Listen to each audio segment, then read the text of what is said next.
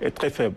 Et je pense qu'il serait bien de faire le link entre les fonds qui sont mobilisés par l'État et le fait qu'on soit sorti de la crise. Je pense que s'il y a confiance renforcée du Sénégal, ça veut dire que les gens sont plus enclins à prêter au Sénégal, en tout cas à faire en sorte que leurs fonds soient investis au Sénégal. Donc je pense que c'est un lien assez fort qu'il faut faire.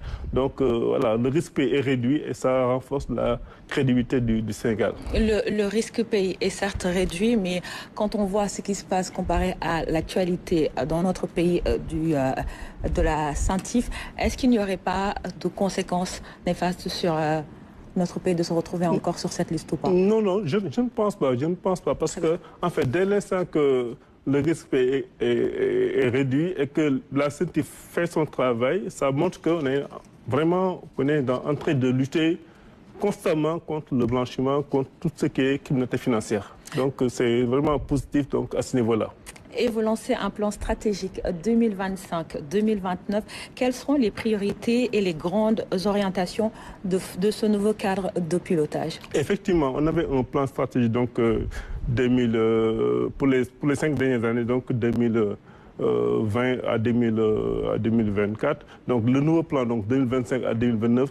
Donc il s'agira donc à ce niveau-là de faire en sorte que la CENTIF puisse monter en puissance. Donc c'est la montée en puissance de la CENTIF qui est visée. Donc ça veut dire quoi? Ça veut dire qu'on va renforcer les moyens de la CENTIF en ressources humaines d'abord et faire en sorte que les ressources humaines soient de qualité. Donc on va augmenter nos ressources humaines et faire en sorte également que ces ressources humaines soient de qualité, soient bien formées.